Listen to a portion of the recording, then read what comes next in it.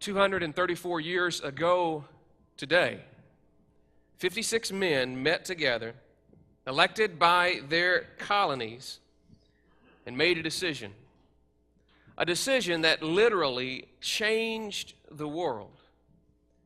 A decision that they knew they were making at great risk of their own self and their own livelihood and their own lives. And yet they gathered together to make a decision for freedom. What's interesting about that, and I'm looking at my slides to see, because I skipped my slides that I was going to show in the earlier part, so we'll see what slides I have come up, if any. Okay, well, maybe I won't have slides this morning, but I have pictures of a man by the name of John Adams who made a decision and was a part of that decision-making process, and when he did that, wrote to his wife and said this in the letter. He wrote to his wife and said, "The second day of July the 1776 will be the most memorable epoch in the history of America." Because those 56 men actually on July the 2nd made the decision to declare independence. Okay, now you have to close your eyes while I get to the next couple of slides. Will you close your eyes while we get there? Okay, no, they're left there. We'll come back in a minute on that. There it is. Perfect. Thank you.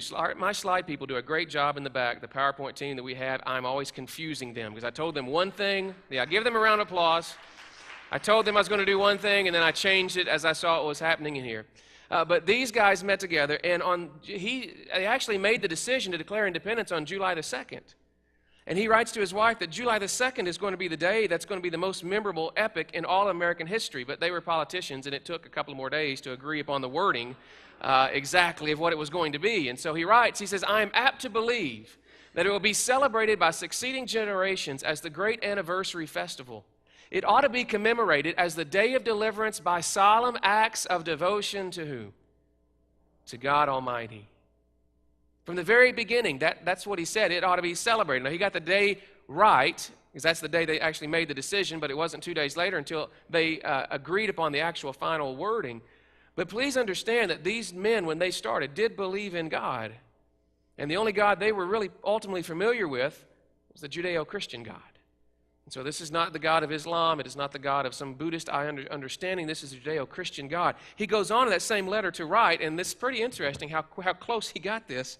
He said, "It ought to be solemnized with pomp and parade, with shows, games, sports, guns, bells, bonfires, and illuminations." It's pretty close, wasn't it? That's not bad for 234 years in the future. "From one end of this continent to the other, from this time forward, forevermore. You will think me transported with enthusiasm, but I am not," he writes. "I am well aware of the toil and blood and treasure that it will cost us to maintain this declaration and support and defend these states. Yet through all of the gloom, I can see the rays of ravishing light and glory. I can see that the end is more than worth all the means." Aren't you so glad he saw that?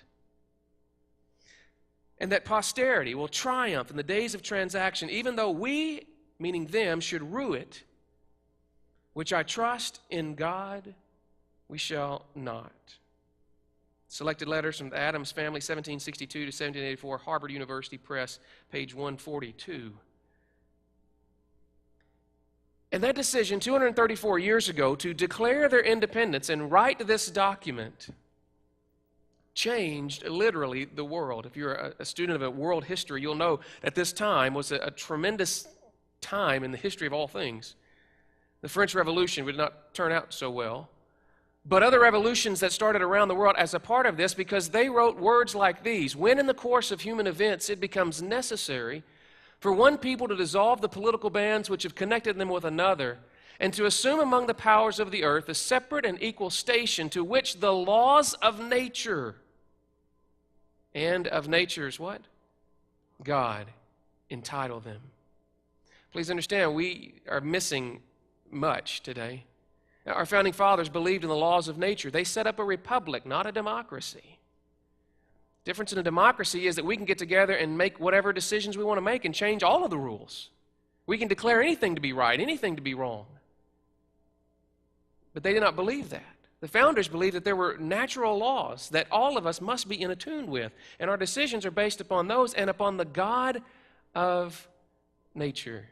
Now, they were not all evangelical Southern Baptist tithing people. Anyone who would tell you that our founding fathers were all of that are misguided at best. But they all understood natural law and all understood a God behind that law who was the Judeo-Christian God, whether or not they ultimately believed in the same way we did. They did believe those things. And so they write that once you have those decisions that God has commanded us or allowed us to do that, a decent respect to the opinions of mankind requires that they should declare the causes which impel them to separation, meaning you've got to give reasons for this, and so they did. Here were some of their reasons. We hold these truths to be self-evident, meaning it's obvious. You don't need anyone to tell you. That all men are created equal. That all men are, through the power of evolution, have evolved equally. Is that what they wrote? No. They wrote that all men are created equal, and they are endowed by their evolutionary process? No. That they are endowed by their Creator, who they've already identified as God, with certain unalienable rights, that among these are life, liberty, and the pursuit of happiness. Now, did they execute this perfectly? No. Slavery was still a major portion of the country, and though they knew that was going to be a problem, in order to organize themselves now, they had to at least leave that one on the table for a future generation, which they did, which we did as a people. They didn't necessarily include women at this point, but we got there because they knew the truth that foundationally would lead us to where we are, that all men are created equal, and they are endowed not by governmental decision, but by their Creator with certain unalienable rights. You're equal to me. And these are life. The government should protect life, should protect liberty, and the pursuit of happiness, not necessarily the guarantee of happiness, but at least the pursuit. So many countries, you don't even have the opportunity to fail. At least in America, you have an opportunity to fail, and so many of us take multiple opportunities to embrace that. Don't we?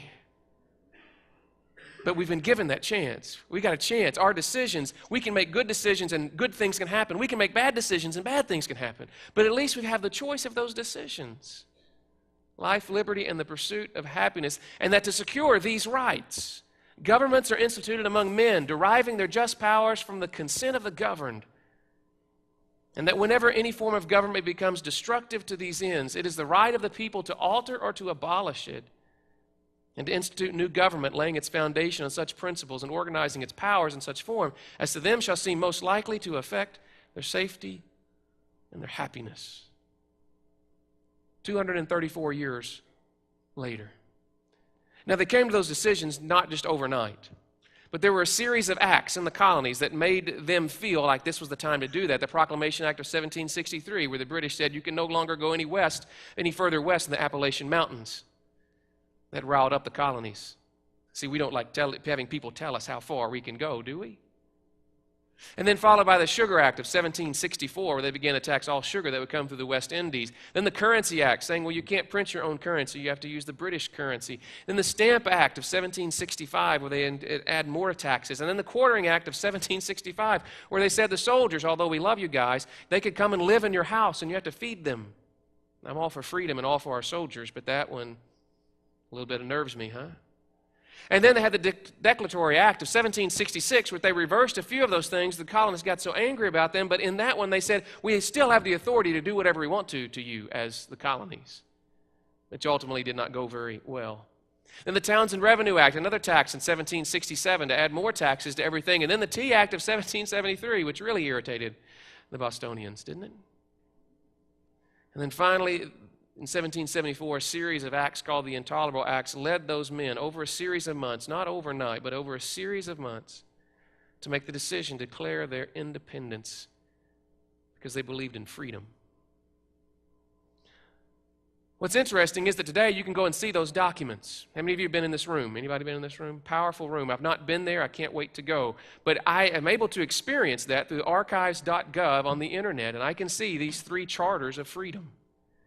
For in this room, you can see copies of the Declaration of Independence, the Constitution of the United States of America, and the Bill of Rights. And if you can't go there and be in this rotunda, you can at least see them online. And so what I did is I found a copy of the actual Declaration of Independence. And I noticed something about it. What do you notice about it? Let me put you another copy up beside it, and what do you notice about it? It's faded, hasn't it? Interesting to look at that and see how that document is faded. In the early days, in order to make copies, they didn't have a Xerox machine. They would wet down a piece of paper and put it on top of the Declaration of Independence to make a copy of it, trying to remove some of the ink from it so they would have a facsimile copy. And so today, that document looks about like that. We do a lot to take care of that document, but as I looked at that, I noticed something that is fading, just as I think that our freedoms are fading. You know the concept. I don't know who came up with this. It'd be very interesting to find the original research on this. But you've heard the old saying that you can take a frog and put a frog in a pot of boiling water and the frog will jump out. Right? You've heard that. But if you take a frog and put him in a bucket of cold water or a pot of cold water and turn up the temperature slowly, that the frog will just sit there and boil to death. Now, I don't know who originally tried that project. If there are some junior high boys who want to tackle that for me to see if that actually works, you feel free to talk with your parents about that. But I don't know if that's true or not, but it sure seems accurate in our culture, doesn't it? In fact, even the Founding Fathers knew that, because within the Declaration of Independence itself, they said this: prudence indeed will dictate that governments long established should not be changed for light and transient causes, meaning you can't just get mad and have a revolution. And accordingly, all experience hath shown that mankind are more disposed to suffer than to right themselves by abolishing the forms to which they are accustomed. Inside the Declaration, they say to us, if you're not careful, when your freedoms are taken away, you're just going to get used to it. And your freedom that we focused so long and hard on and gave so much for will fade.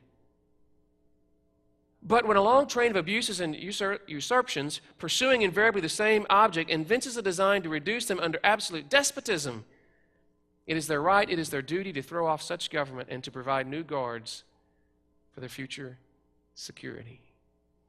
Now, I could spend some more time talking about the United States and our condition and where we are historically, and I may do that in a future time, but and probably we'll teach some classes on American history in the future, but there is a little conference coming on about the Constitution. I can't guarantee the veracity of all of this, because I can't guarantee the veracity of all the things that I say, but you should at least go and maybe check this out and then evaluate whether it's true or not, and one day we'll talk more about that, but I'm not so much concerned today about our national freedoms and our individual freedoms as citizens of the United States, though that is very important. I'm more concerned about the same thing happening to our freedom in Christ. Because just as our national freedoms can begin to fade away because we get accustomed to the way things are, I think the same thing happens to us and the freedom that Christ has bought us. Now, where do I find that? Well, in the book of Galatians chapter 5 is where we're going to be looking today. And in that passage, we're going to see that Paul is having a conversation with some people, and the conversation is about freedom. And it's not about national freedom. It's not about republic freedom or democratic freedom. It's talking about freedom in Christ. And in chapter 5 of the book of Galatians, Paul writes these words: "For freedom, Christ has set us free. Stand firm then, and do not let yourselves be burdened again by a yoke of slavery." And I think that's very interesting, because I think you can see in that passage, and we'll look at the rest of that maybe in just a few moments, but it's interesting to me that what Paul is saying is that Christ has come to set you free, and you would think a free person would never want to be bound again, because freedom is better, we think. Why is it then would anybody want to be bound again once you've been free? And yet Paul says you've got to be really careful, because Christ can come and bring you freedom, but then you can be burdened again by a yoke of slavery. So let's talk about, what does it mean, this concept of freedom? What is freedom? It's a word we use a lot, but we may not understand how we use it. So I went on the internet to find out, because on the internet it's true, right? And so I came to a dictionary of Merriam-Webster, and this is what it said about freedom. Freedom is the absence of necessity. Now, by the way, to be honest with you, this is the second definition of freedom. Normally they give you multiple definitions, because number one definition was the state of being free. And so that didn't really help me define what freedom is, so I had to go to freedom, to the second definition. So I'll acknowledge that, as you scholars will notice. But freedom is the absence of necessity, coercion, or constraint in choice of action. Now look at that for just a moment and think about it. Today we're going to do some thinking, so hopefully you'll think with me. The absence of necessity.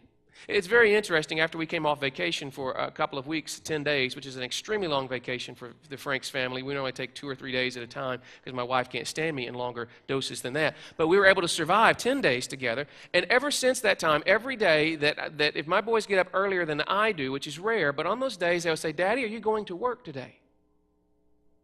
Well, of course I'm going to work, son. I've got to go to work. It is necessary for me to go to work. And they don't understand that. They think, Dad's been playing with us for the last 10 days. Dad, why can't you stay home and play? Well, I can't because I have a necessity that I've got to get up. Now, some of you people out there, though, no longer have the necessity to work, do you?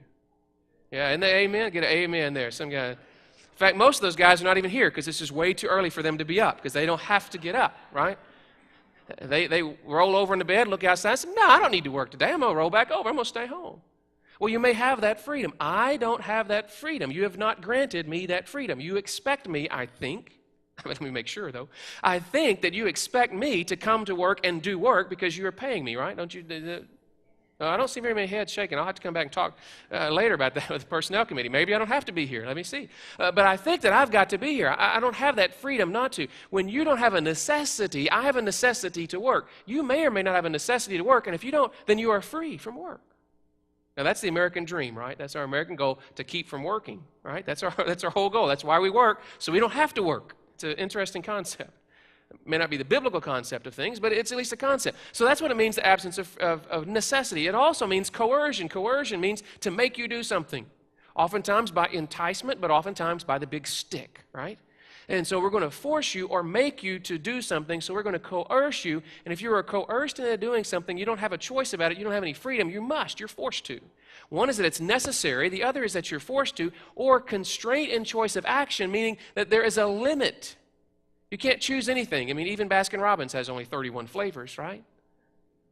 So it's a constraint in choice or action, meaning that you don't even have that choice, so you're not really free if you don't have that choice. And so what the Scripture says, let's go back and see this, if we can. No, let's just go forward. No, let's just not, my clicker is just not working today. I don't know what the deal is. I'm going to throw this down and continue. But the point is that we have been set free for freedom. And the question is, if we are free, why in the world would we go into bondage? So Christ has come to set us free from the necessity, from coercion or a constraint of choice and action. Now, what is it that he has set us free from, and what is that slavery that we might go into? Well, if you've got your Bibles, Jesus talks about this in one case, because there's really two kinds of slaveries, two kinds of bondage that we will leave our freedom and go to. One of those is found in John chapter 8. And in John chapter 8, Jesus is having a conversation with, there it is, slave to what? One is slave to sin. Jesus talking in chapter 8 with some religious people. And one of the slaveries that we can leave our freedom and go into is sin. He writes, Jesus said to the Jews, verse 31, who had believed in him, "If you abide in my word and you are truly my disciples, then you will know the truth." And even if you don't know anything about the Bible, you will know that the truth will set you what? Free. Even if you don't know the Bible, you'll know that. That's just part of the culture. The truth will set you free. It's in movies, it's in all kinds of things like that. And so the Jews asked him a question. The Jewish leaders asked him a question and said, "We are the offspring of Abraham and have never been enslaved to anyone," which is a gross misunderstanding because we got the Babylonians that kind of took control of them. We had the Assyrians that would take, they kind of missed some of their history. If you don't know your history, you're bound to what? Repeat it. "We have never been enslaved to anyone. How is it that you can say that we will become free?" And Jesus said, answering to them, "I tell you the truth, everyone who sins is a slave to sin." Everyone who sins is a slave to sin. And so what Jesus said is, if you ever sin, then now you are not just by nature sinners, but you are now by choice by sinners, and you're going to be enslaved by that sin. The old preachers would say, what? Sin costs you more than you want to pay, take you further than you want to go, all those kind of things, right? But it's also true that people will end up going further, whether it is some type of addiction or some kind of attitude, than they ever intended to go. See, most people think that they can control their sin. It's just one, whatever it is. It's just one indiscretion. It's just one drink. It's just one little dollar that I'm taking from my company. It's just one little thing. And so I can control that. All I'm going to do is take one. How many of you remember the old Jay Leno Doritos commercials? Remember those old Jay Leno Doritos commercials? Where he'd sit there, and he's been paid millions of dollars to sit there and say, nobody can eat just what? One. Which is true today, because they've mixed some crazy flavors up there, and you get the wrong Doritos flavor, you can just eat one now. But back in those days, when all they had was just nacho cheese, that was the only version you could find, right? His concept was you can't just eat one, or maybe it was Cool Ranch. Maybe he was talking about Cool Ranch. Either one of those flavors, that you can't just eat one because they're so good you got to keep eating them. Well, you know what? That's the way it is with sin. We can't just eat one. Have you ever caught yourself saying, I'm never going to do this again, as you're doing it again? Why is that? Because there is a slavery, there is a bondage to that. And Jesus said, hey, I've come to set you free from that. But so often, so quickly, we run back into that because we have a hard time, though we want freedom, we have a hard time managing freedom. Because in freedom comes the freedom to fail, and none of us like to fail. And so if we can exchange some freedom for security and safety and guarantees, we'll do it left and right all day long until we have no freedom left to give. Sorry, I'm meddling again. I'll stop. But Jesus says, if you get caught back up in sin, you misunderstand everything. Now, you and I as conservative believers will go, yeah, that's right. Boy, don't get caught up in sin. Sin's a bondage. Sin is bad for you. But there's also another slavery that you and I don't really talk about often as conservative believers. Yeah, there's the slavery to sin, but there's also a slavery to the law. We don't like to talk about this one. We like to talk about sin. We don't like to talk about the law or legalism. And yet that's exactly where this context is, Galatians chapter 5. The whole conversation back in Galatians chapter 5, I'm going to go back there now, the whole conversation is over legalism as to what is going to qualify a person to be a real believer. And the issue that Paul's talking about is circumcision, a physical act to kind of identify yourself as a Christian. And the argument is, again, continually in the New Testament, should we make people stick with the laws first before we let them be a Christian? Must they become a Jew before they can become a Christian? And that's the whole argument that's going on in there. Paul's saying, hey, look, if you accept circumcision, if you accept a physical way of being right with God, then what Christ does for you is not going to be any good at all. It's not going to work. You got to choose either the law or what's right and legal in the sense of these rules that you must follow. And if you miss one of those follows, then you get kicked out of everything. Or you've got to understand that Christ has brought you freedom. Now, you and I, fortunately, don't deal with circumcision in our life and culture as a church measurement of becoming a member. That would kind of cut down on our new members class if we had that as a possibility of what you had to do. But you and I will replace that with lots of other things. And it's funny because I answer the phone on Sunday mornings, and I really shouldn't, but I answer the phone on Sunday mornings because I think there may be some guest who wants to come, and they'll come listen to me and think I'm wonderful and buy all my CDs, which I don't have any of, and they will come to know Jesus, and all things will be great, And so I'll talk to people on the phone, but it's always interesting what the questions that I get are, I always get the question of, well, what kind of church are you? Are you a contemporary church or are you a traditional church? Why do they want to know that? Because one of those is right, and one of those is wrong. And I don't want to waste my time when I'm on vacation, which I thought, well, never mind. For me, vacation is not going to church, but people are on vacation, and they come, and they don't want to waste their time, and so they want to know what is right. Because if you're going to sing those 7-11 songs, I'm not coming because that's not right. And then somebody said, if you're going to sing all 4 verses of something, I'm not coming. That's not right. And so we have these lists of things that we think are right. In fact, some of you today still saying, boy, those boys look good in them suits or a tie. If our pastor would wear a suit and tie, boy, he'd look good too. Some of you are thinking that. That's okay. But now I can't wear a suit and tie because it would be a distraction now at this point because you'd be thinking about me wearing a suit and tie and how good I look. So now I can never go back to that because you would never listen to what I say. But some people say, well, we can't go listen to him because he doesn't have a suit and tie. But I had a new one happen last week on the phone. I'm answering the phone. I should never answer the phone on Sunday mornings. Because I am a smart aleck by nature, and sometimes I can't stop myself when they say something that I just find strange. Because they called this time last week, and they started a list of questions. And so I passed the first couple of tests, I guess. That answer of we don't choose contemporary or traditional. We're going to offend everybody equally. And so I say that, and then they get through that list. And then the question was, well, what kind of Bible do you use?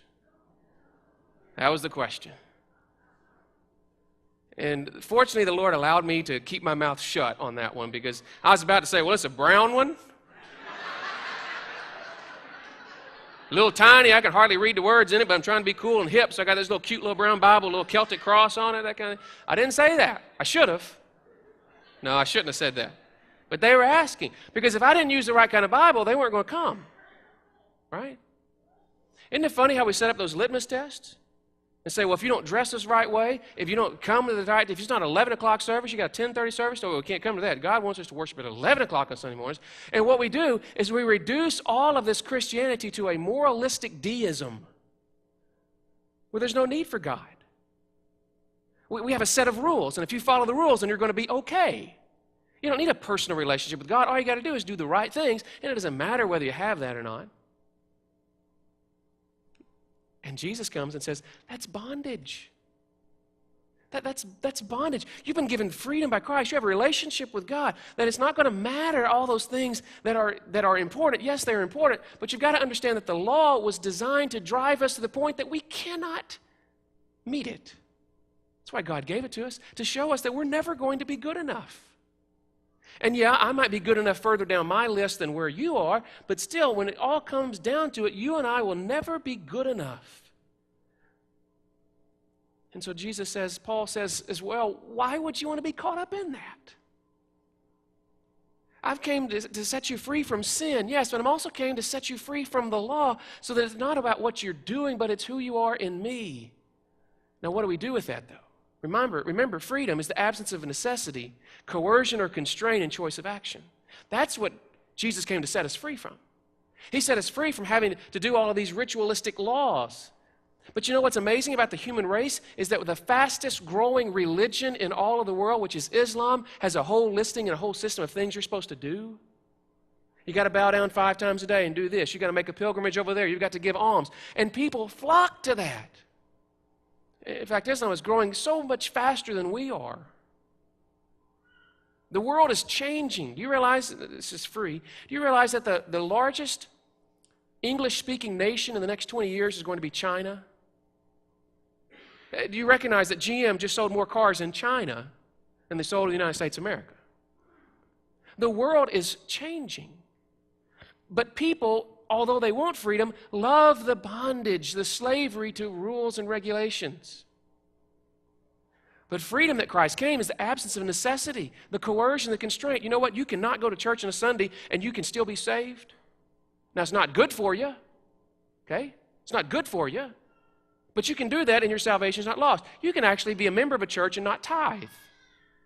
That's not good for you either. It's not good for me. But you can do that. Because what sets us free is not what we do, it's what Christ has done for us. But what do we do with our freedom? Paul goes on to that same conversation after kind of having this heated discussion with these religious leaders about law and about grace and about all those things. He comes finally in verse 13 to say, you, my brothers, were called to be free. But do not use your freedom to indulge the sinful nature. There's a whole push out there of antinomianism, which means that this body is the physical part and our relationship with God is a spiritual part, so it doesn't matter what I do in my physical body. Pretty good logic, isn't it? Except it's wrong. You, my brothers, are called to be free, but do not use your freedom to indulge the sinful nature. Rather, use your freedom to serve one another in love. See, that's why we've been given freedom, so that we can serve others. But we have used our freedom as a culture and as a country today to focus on ourselves first. Any of you go to the fireworks last night? Anybody stay up that late? Maybe not in this group. Okay. Let me think of something else you might have gone to. Anybody tried to get to anywhere yesterday in town because all the people that are here? Anybody have that trouble? Aren't you glad that the town is full? Aren't you? I'm so glad of that. I know Ross is back there sitting in the room. He does a great job making sure people come to Branson and leave their money. Thank you, Ross, for what you're doing on that. But how many of you have been stuck in traffic this week and said, man, this is wrong. I'm stuck in traffic. What's wrong with all these other people? Anybody have that problem? Yeah. Why is that? Because you're thinking of yourself, right? Everywhere we go in this community now, it's a great problem to have. But I'm looking at the crowds going, well, I don't want to go there because they're going to be in my way. Well, who am I to be worried about my way because everybody else in their car is thinking what? That I'm in their way. That's the way we are as a culture. It's all about ourselves. And it's also all about now, today. You know, used to you would put off today for something great tomorrow. Not today. We want today and tomorrow, don't we? We run to making sure that we are using our freedom for ourselves and for the here and now. That's why we'll mortgage our kids' future for today. But as a follower of Christ, we've been given freedom, and that freedom is to be used for others, not ourselves. The reason you and I have freedom is not so that we can bask in it, not that we can enjoy it just for ourselves, but that others might find it. And in addition to that we might focus on the future then. Oh, but it's so easy to get captured in this today, isn't it? How many of you have ever paid off a car? Have you ever paid off a car? Isn't that a great feeling to pay off a car? You go, you know what, this is my car. Yeah, it's a piece of junk, but it's my car right now. Nobody can take that away from me. I done paid this car off. It is mine. And then what's the first thing you do once you've paid off that car? You begin looking for a new car, don't you? So that you can go from the freedom that you have of not having to pay to the bondage of now a new car payment. Now, there's nothing wrong with a new car. Don't misunderstand me. But we now have freedom to decide what we're going to do with $600 a month or however kind of a car you drive, like I do, $60 a month. And so now you've got $60 extra a month. And what's the first thing you look to do? You look to be in bondage just for that. Hey, I got this paid off. I can go do this. Maybe that's not the intention of what God wants us to do. Not about cars, but about our lives. See, the question is, what will you do with your freedom? In fact, that was the question I talked to our Saturday night group about. What will you do with your freedom? But I really thought that was as I got to thinking about that, that's not a very good question. Because it's not your intentions that will do anything in your life. In fact, do you realize that 2 of the 56 men who voted for the Declaration of Independence never signed it? 2 of the men of the 56 never signed it. In fact, one of the guys on the committee of 5, 5 men were given the responsibility of writing the Declaration of Independence. Most notably, Thomas Jefferson did the bulk of the work. But even those 5 guys who came up with it never signed it. John Dickinson was hopeful that we would be able to reconcile with the British. Isn't that odd? Yeah, let's vote for it, but I'm not signing it.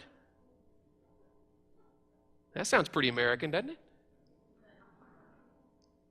The question is not what will you do with your freedom, but a better question is what are you doing with your freedom?